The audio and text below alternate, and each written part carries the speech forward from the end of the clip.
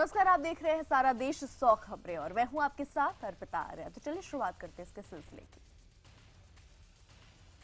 9 नवंबर से अयोध्या में राम जन्मभूमि परिसर के चारों ओर सिंहद्वार का निर्माण शुरू होगा। उज्जैन सिंहस्थ के दौरान धर्म संसद में संतों ने इसका ऐलान किया। एमपी के गृह मंत्री बाबूलाल गौर ने इस फैसले का स्वागत किया।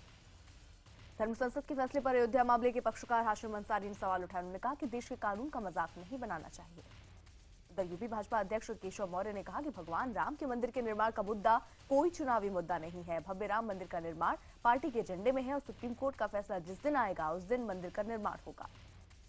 रक्षा मंत्री मनोहर पर्रिकर ने शनिवार को फिर कहा कि कानून से ऊपर कोई नहीं। पीटीआई को दिए इंटरव्यू में पर्रिकर ने कहा कि फिर चाहे वो पहला परिवार हो या अंतिम परिवार, दोषी पाए जाने पर कड़ी कार्रवाई होगी। पूर्व वायुसेना प्रमुख एसपी त्यागी से सीबीआई ने सोमवार को फिर से पूछताछ करेगी। सीबीआई ने आईडीएफ इंफोटेक के एमडी प्रताप अग्रवाल और एरोमेट्रिक के प्रवीण बख्शी को भी पूछताछ के लिए बुलाया। वहीं गौतम खेतान का शनिवार को त्यागी बंधुओं से सामना कराया गया। सूत्रों के मुताबिक खेतान अभी भी जवाब देने में टाल मटोल कर रहा है। अगस्ता हेलीकॉप्टर घुसकांड को लेकर शनिवार को आम आदमी पार्टी ने दिल्ली में बीजेपी और कांग्रेस के खिलाफ मोर्चा खोला। आम आदमी पार्टी ने जंतर मंतर समेत अलग अलग जगहों पर प्रदर्शन किया। इस मौके पर सीएम केजरीवाल और पार्टी के कई बड़े नेता मौजूद रहे। वहीं इस विरोध प्रदर्शन में पार्टी कार्यकर्ताओं की पुलिस के साथ झड़प हुई। इस दौरान पुलिस ने आशुतोष, संजय सिंह, कुमार विश्वास समेत कई नेताओं को हिरासत में लिया। अगस्ता मामले को लेकर सवाल उठा रहे अरविंद केजरीवाल पर बीजेपी और कांग्रेस ने ही पलटवार किया। कांग्रेस का कहना है कि केजरीवाल को अभी अपना कद बड़ा करने में काफी समय लगेगा। पीएम मोदी आज केरल दौरे पर जाएंगे, जहां वो 3 अलग अलग जगहों पर चुनावी सभा को संबोधित करेंगे। पीएम मोदी की डिग्री के मामले में कांग्रेस ने मांग की है कि इस मसले पर उन्हें चुप्पी तोड़नी चाहिए। साथ ही कांग्रेस ने कहा कि देश को यह जानने का हक है कि उनके प्रधानमंत्री ने कहां से डिग्री ली है। राहुल गांधी ने तमिलनाडु के मदुरई में एक रैली को संबोधित करते हुए सीएम जयललिता पर निशाना साधा। राहुल ने कहा कि जयललिता लोगों से मिलने में विश्वास नहीं रखती। उत्तराखंड कांग्रेस के 9 बागी विधायकों की सदस्यता रद्द करने से जुड़ी याचिका पर नैनीताल हाईकोर्ट ने अपना फैसला सुरक्षित रख लिया है। कोर्ट 9 मई को अपना फैसला सुनाएगा। वहीं बीजेपी विधानमंडल दल की आज देहरादून में बैठक होगी। इस बीच सीबीआई ने हरीश रावत को पेशी के लिए मोहलत देने से इनकार कर दिया है। सूखे के संकट पर प्रधानमंत्री नरेंद्र मोदी से यूपी, महाराष्ट्र और कर्नाटक के मुख्यमंत्रियों ने मुलाकात की। इस दौरान यूपी के मुख्यमंत्री अखिलेश यादव ने पीएम से 10,600 करोड़ की मदद मांगी। नमामि गंगे का पहला मॉडल प्रोजेक्ट 9 मई को झारखंड के साहिबगंज से लॉन्च होगा। इसके तहत गंगा का 80 किलोमीटर का रास्ता पूरी तरह से साफ किया जाएगा। इस योजना में गंगा किनारे 32 घाट, 10 शवगागृह और सीवर लाइनें बनेंगी। साथ ही मरीन ड्राइव की तर्ज पर साहिबगंज और राजमहल में नदी किनारे 6 किलोमीटर लंबा टहलने का रास्ता बनाया जाएगा। ये योजना 2 साल में पूरी होगी, जिसकी लागत करीब 300 करोड़ आएगी। नमामि गंगे योजना के तहत यमुना नदी की सफाई पर 800 करोड़ रुपए खर्च किए जाएंगे। योजना के तहत यमुना नदी में एक स्ट्रीमर भी लगाया जाएगा, जिससे रोजाना 10 टन कूड़ा यमुना नदी से निकलेगा। इस स्ट्रीमर को केंद्रीय जल संसाधन मंत्री उमा भारती ने हरी झंडी दिखाई। इस बीच दिल्ली सरकार ने कहा कि यमुना की सफाई से संबंधित सभी कामकाज को एक ही विभाग के अधीन लाया जाएगा। दिल्ली में इस कार्यक्रम के दौरान केंद्रीय मंत्री उमा भारती ने भाषण अंग्रेजी में लिखे होने के कारण अधिकारियों को जमकर फटकार लगाई। इस मौके पर उमा भारती ने कहा कि आगे से अगर कोई भाषण अंग्रेजी में लिखा होगा तो उसमें शामिल नहीं होंगी। दिल्ली की साकेत कोर्ट ने पुलिसकर्मियों पर केजरीवाल की विवादास्पद टिप्पणी को लेकर समन जारी किया। कोर्ट ने केजरीवाल को 14 जुलाई को पेश होने को कहा है। नेशनल हेराल्ड केस में हरियाणा के पूर्व मुख्यमंत्री हुड्डा की मुसीबतें बढ़ गई हैं। पंचकुला में एसोसिएटेड जनरल को जमीन देने के मामले में विजिलेंस ब्यूरो ने केस दर्ज कर लिया। कांग्रेस अध्यक्ष सोनिया गांधी के दामाद रॉबर्ट वाड्रा की मुश्किलें बढ़ सकती हैं। ईडी ने बीकानेर के कोलायत में 275 बीघा जमीन के फर्जी आवंटन के मामले से जुड़े अफसरों और बिचौलियों समेत 6 लोगों को 20 मई तक पेश होने को कहा है। इससे पहले ईडी ने कई जगहों पर छापे मारकर कई अहम दस्तावेज जब्त किए। वहीं कांग्रेस का आरोप है कि संसद में दूसरे मुद्दों से ध्यान हटाने के लिए बीजेपी सरकार निशाना बना रही है। पुणे के एफटीआई में जेएनयू छात्र संघ के अध्यक्ष कन्हैया कुमार के लिए एक धमकी भरा पार्सल भेजा गया। त्रिपुरा की राजधानी अगरतला में विद्रोही कांग्रेस कार्यकर्ता ने कांग्रेस दफ्तर में जमकर हंगामा किया और तोड़फोड़ की। दरअसल बागी कांग्रेस कार्यकर्ता विधायक रॉय वर्मन के निलंबन किए जाने से नाराज थे। महाराष्ट्र के गृह राज्य मंत्री रामचंदे के काफिले का एक कार ने एक दूसरी कार को टक्कर मार दी। हादसे में एक शख्स की मौत हो गई, जबकि 8 लोग घायल हो गए। हादसे में 2 पुलिस वाले भी घायल हुए। एक बार फिर से सेना की वर्दी में आतंकियों की तस्वीरें सामने आई हैं। बताया जा रहा है ये वीडियो पिछले साल जम्मू कश्मीर के शोपियां में बनाया गया था, जिसमें हिजबुल के आतंकी दिख रहे हैं। जम्मू कश्मीर के कुपवाड़ा में आतंकियों से मुठभेड़ में शहीद हुए जाबाज सिपाही रमेश चंद्र को श्रीनगर में श्रद्धांजलि दी गई। बता दें कि शहीद रमेश चंद्र भी उस टीम में शामिल थे जिसने शुक्रवार को आतंकियों की घुसपैठ की कोशिश नाकाम कर दी थी। यूपी में दर्जा प्राप्त राज्य मंत्री मोहम्मद इकबाल कादरी का रेप जैसी गंभीर समस्याओं पर एक विवादित बयान सामने आया। उन्होंने कहा कि आज के समाज में बाप बेटी से बलात्कार कर रहा है और ये सब होता रहता है। सारा प्रमुख सुब्रत रॉय सहारा की मां का लखनऊ के बैकुंठ में अंतिम संस्कार किया गया। अंतिम संस्कार में मुख्यमंत्री अखिलेश यादव, अमिताभ बच्चन, राज बब्बर समेत कई बड़ी हस्तियां मौजूद थी। हिमाचल प्रदेश के मंडी में एक बस हादसे में 9 लोगों की मौत हो गई, जबकि 39 लोग घायल हो गए। दरअसल 55 यात्रियों से भरी बस अनियंत्रित होकर गहरी खाई में गिर गई, जिससे यह हादसा हुआ। इलाहाबाद की त्रिवेणी के बांध झोपड़पट्टी में अचानक आग लग गई। इस दौरान 50 से ज्यादा घर पूरी तरह से जलकर खाक हो गए। साथ ही इस हादसे में कई मवेशियों को भी जान चली गई। वाराणसी में बीएचयू के सर सुंदर लाल अस्पताल के इमरजेंसी वार्ड में तेज धमाके से कई लोग घायल हो गए। आशंका जताई जा रही है कि एसी के कंप्रेसर के फटने से यह हादसा हुआ। पीएम ने घायलों के लिए जल्द ठीक होने की कामना की। इधर घटना के बाद केंद्रीय मंत्री महेश शर्मा बीएचयू अस्पताल पहुंचकर घायलों का हाल जानने पहुंचे। महेश शर्मा के मुताबिक पीएम ने उन्हें मामले की रिपोर्ट देने को कहा है। इंदौर एयरपोर्ट पर जेट एयरवेज का एक विमान फिसल गया। जेट के मुताबिक सभी यात्री सुरक्षित हैं। जानकारी के मुताबिक विमान में साध्वी ऋतंबरा भी थी। ये विमान दिल्ली से इंदौर आया था। एमपी में बीजेपी नेता और इंदौर डेवलपमेंट अथॉरिटी के उपाध्यक्ष ललित पोरवाल और ने उनकी बुजुर्ग भाई की पिटाई कर दी। पिटाई के दौरान ललित का बेटा भी मौजूद था। घटना के पीछे प्रॉपर्टी विवाद बताया जा रहा है। यूपी के मथुरा में आबकारी विभाग की टीम के साथ बियर की दुकान के एक ठेकेदार ने मारपीट की। पुलिस ने आरोपी ठेकेदार को गिरफ्तार कर लिया। मध्य प्रदेश के सागर में एक किसान बिजली के टावर से कूद गया। बताया जा रहा है किसान की आर्थिक हालत ठीक नहीं थी, इसी को लेकर उसने एक कदम उठाया। जयपुर में दूषित पानी पीने से 2 बच्चों की मौत हो गई, जबकि 70 लोग अस्पताल में भर्ती हैं। डॉक्टरों के मुताबिक दूषित पानी की वजह से बच्चे बीमार हुए। घटना के बाद डॉक्टरों और पेयजल विभाग की टीमें भी घटनास्थल पहुंची। भोपाल में अटल बिहारी वाजपेयी हिंदी विश्वविद्यालय के 250 टीचर्स स्कॉलर्स का भविष्य अधर में लटक गया है। दरअसल यूजीसी के नियम में पीएचडी कराने के लिए यूनिवर्सिटी में स्थायी प्रोफेसर होना जरूरी है, लेकिन यूनिवर्सिटी में हिंदी का एक भी स्थायी प्रोफेसर नहीं है। यूपी के बागपत में लॉर्ड महावीरा एकेडमी स्कूल ने एक बच्चे को स्कूल से सिर्फ इसलिए निकाल दिया क्योंकि उसके पिता चाय बेचते थे। इस घटना के बाद प्रशासन हरकत में आया और उसने छात्र का फिर से एडमिशन कराने के लिए आदेश दिए। यूपी के शाहजहांपुर में स्वाइन फ्लू से एक शख्स की मौत के बाद स्वास्थ्य विभाग में हड़कंप मचा हुआ है। फिलहाल मरने वाले शख्स के 28 परिजनों के ब्लड सैंपल जांच के लिए भेजे गए हैं। यूपी के संत कबीर नगर में एक 16 साल के युवक विकास ने एक ऐसी भूकंप सूचक मशीन बनाने का दावा किया जो भूकंप आने से आधे घंटे पहले इसकी जानकारी दे देगी। मुंबई की माटुंगा पुलिस ने एक ऐसे चोर को गिरफ्तार किया जो चप्पल चोरी से ही लखपति बन गया। पुलिस के मुताबिक इब्राहिम रोज 8 से 10 जोड़ी चप्पल चोरी करता था। उसे दक्षिण मुंबई के मशहूर नल बाजार में बेचता था।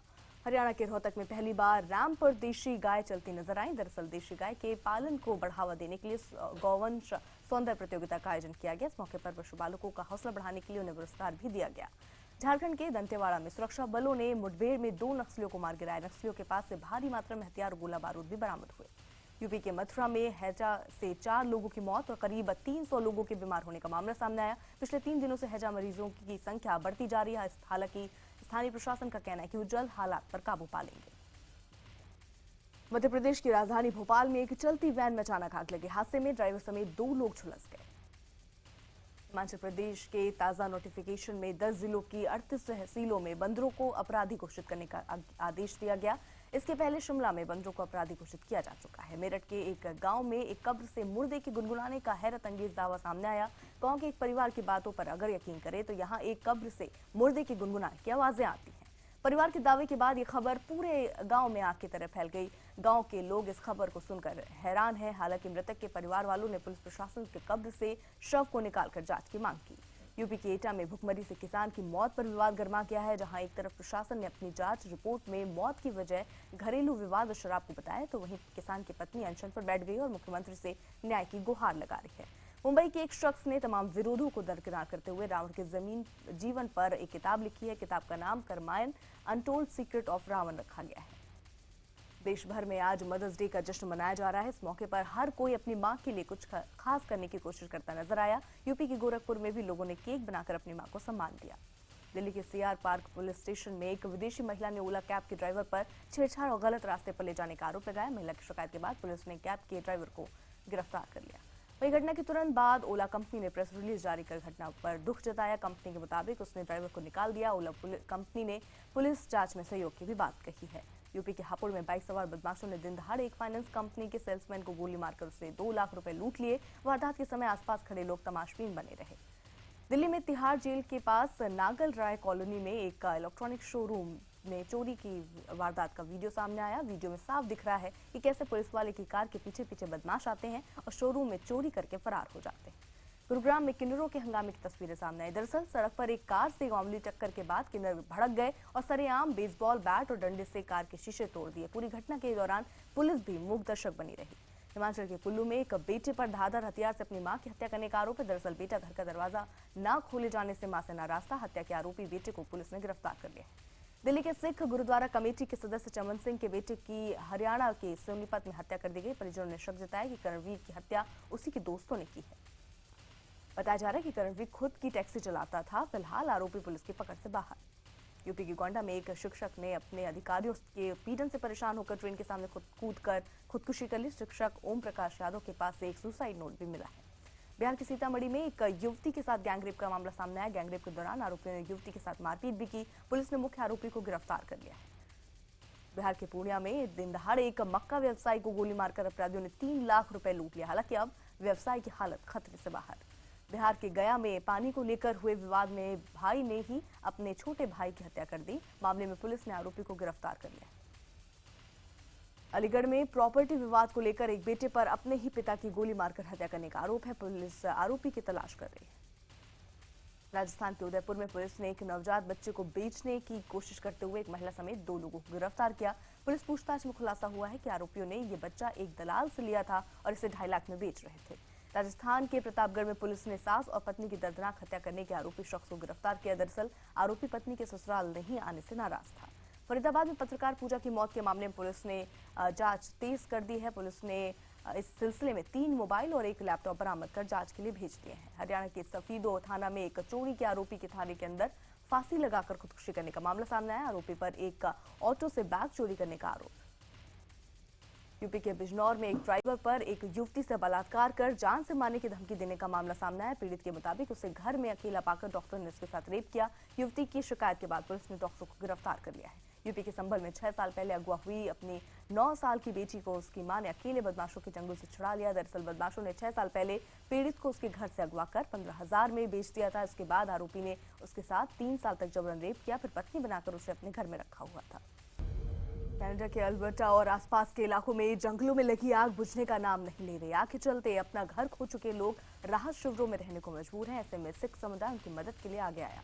कनाडा में आग ने विकराल रूप धारण कर लिया। पहले के मुकाबले आग 2 गुने इलाके में फैल चुकी है। आग से करीब 2.5 लाख लोग प्रभावित हुए। अभी भी आग लगभग 2.5 लाख एकड़ में लगी हुई है।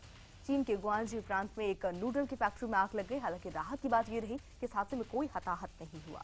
सीरिया के ऐतिहासिक शहर पलमायरा में एक कॉन्सर्ट का आयोजन किया गया। ये कॉन्सर्ट एक ऐतिहासिक शहर पर फिर से सीरियाई सरकार के कब्जे को लेकर आयोजित किया गया। पलमायरा को आईएसआईएस ने काफी नुकसान पहुंचाया था। सीरिया में सरकार समर्थक सेना और विद्रोहियों के बीच गुरुवार से फिर शुरू हुए संघर्ष में अब तक 73 लोगों की अपनी जान गंवानी पड़ी। एक संस्था के मुताबिक इनमें 43 विद्रोही जबकि 30 सरकार समर्थक मारे गए। चीन के नॉनचोंग में एक मासूम सड़क हादसे में बाल बच गया। दरअसल बच्चा सड़क पार कर रहा था, तभी एक कार ने उसे टक्कर मार दी। चीन के ग्वांजू प्रांत में एक बच्चा हादसे में बाल बच गया। बच्चा ट्राइसाइकिल से गिर गया और पीछे से आ रही कार उसके ऊपर से गुजर गई, लेकिन कार के जाने के बाद बच्चा सही सलामत उठकर खड़ा हो गया। चीन में एक शख्स 11वीं मंजिल से ऊंची मंजिल से गिरकर भी बच गया। दरअसल बचाव दल ने नीचे बड़ा सा गुब्बारा रखा हुआ था, जिससे शख्स की जान बच गई। आयरलैंड में एक 30 साल पुराने एक बोइंग विमान को एक व्यापारी ने खरीदा है। व्यापारी इस विमान के अपने घर की तरह इस्तेमाल करेगा। विमान को समुद्र में एक खुली बोट पर खींच कर लाया गया। पोलैंड के वर्सा शहर में हजारों लोग सड़कों पर उतरे। कुछ लोगों ने सरकार के खिलाफ प्रदर्शन किया तो कुछ लोगों ने सरकार के समर्थन में प्रदर्शन किया। इटली के रोम में हजारों लोग सड़कों पर उतरे और सरकार के खिलाफ प्रदर्शन किया। प्रदर्शनकारी यूएस और यूरोप के बीच हुए एक मुक्त व्यापार समझौते का विरोध कर रहे थे। जर्मनी में दूसरे विश्व युद्ध के समय बनाई गई एक सुरंग मिली है। सुरंग का इस्तेमाल विश्व युद्ध के दौरान आपात स्थिति में फैक्ट्री के तौर पर किया जाता था। इस सुरंग को अब म्यूजियम का रूप दे दिया गया है। पाकिस्तान के बलूचिस्तान प्रांत के वित्त सचिव के घर से 70 करोड़ रुपए बरामद हुए। नेशनल अकाउंटेबिलिटी ब्यूरो के मुताबिक उनके पास मुश्ताक के खिलाफ पर्याप्त सबूत है। रेन का एक नेवी अधिकारी आतंकी संगठन आईएसआईएस में शामिल हो गया। सुरक्षा सलाहकार के मुताबिक ये शिपिंग के लिए भयानक सुरक्षा खतरे की चेतावनी है। किंग्स 11 पंजाब ने मार्कस स्टोइनिस के ऑलराउंडर खेल के दम से दिल्ली डेयरडेविल्स को 9 रन से हरा दिया। इस जीत के साथ ही पंजाब ने आईपीएल 9 में अपनी उम्मीदों को जिंदा रखा हुआ है। ऑलराउंडर को प्रदर्शन के लिए मैन ऑफ द मैच भी चुना गया। इससे पहले बल्लेबाजी करते हुए 44 गेंदों में 52 रन बनाए और फिर 3 विकेट भी झटके। कल खेले गए पहले मैच में आरसीबी ने पुणे को 7 विकेट से हरा दिया। पहले खेलते हुए पुणे ने 191 रन बनाए। जवाब में विराट कोहली के नाबाद शतक के बदौलत बेंगलुरु ने आखिरी ओवर में लक्ष्य हासिल कर लिया। विराट कोहली ने आईपीएल सीजन 9 में अपना दूसरा शतक जड़ा। पुणे के खिलाफ कोहली ने 58 गेंदों पर 108 रन की शानदार पारी खेली। इस दौरान विराट ने 8 चौके और 7 छक्के लगाए। आईपीएल में आज भी 2 मैच खेले जाएंगे। पहला मैच शाम 4 बजे मुंबई और हैदराबाद के बीच विशाखापट्टनम में खेला जाएगा, तो वहीं दूसरा मैच रात 8 बजे से कोलकाता में केकेआर और गुजरात लायंस के बीच खेला जाएगा। भारतीय महिला पहलवान विनेश फोगट और साक्षी मलिक ने रियो ओलंपिक के लिए क्वालिफाई कर लिया है। विनेश ओलंपिक के लिए क्वालिफाई करने वाली पहली भारतीय महिला पहलवान है। 4 पुरुष समेत अब तक 6 पहलवान रियो के लिए क्वालिफाई कर चुके हैं। दीपिका पादुकोण को हॉलीवुड एक्टर टॉम क्रूज की अगली फिल्म द मम्मी के ऑडिशन के लिए न्योता भेजा गया। इसके पहले हुमा कुरैशी को भी इस फिल्म के ऑडिशन के लिए बुलाया गया था। अजय देवगन ने अपनी फिल्म बादशाहों की रिलीज डेट पोस्टपोन कर दी है। ये फिल्म पहले शाहरुख की फिल्म रईस के साथ रिलीज होने वाली थी। अभी फिल्म मार्च 2017 में रिलीज होगी। प्रीति जिंटा जल्द ही मुंबई में शादी का रिसेप्शन देने वाली। रिसेप्शन की डेट 13 मई रखी गई है। प्रीति ने इसी साल 29 फरवरी को अपने बॉयफ्रेंड के साथ शादी रचाई थी। कूल पैड ने भारत में अपने नोट 3 हैंडसेट का नया वेरिएंट नोट 3 प्लस लॉन्च किया। इसकी कीमत 8,999 रुपए। भारत में ऑनलाइन मैप की सुविधा देने वाली कंपनी गूगल को सरकार के नए प्रस्ताव के बाद मुश्किलों का सामना करना पड़ सकता है। प्रस्ताव के मुताबिक ऑनलाइन मैप मुहैया कराने के लिए सरकार से लाइसेंस लेना होगा।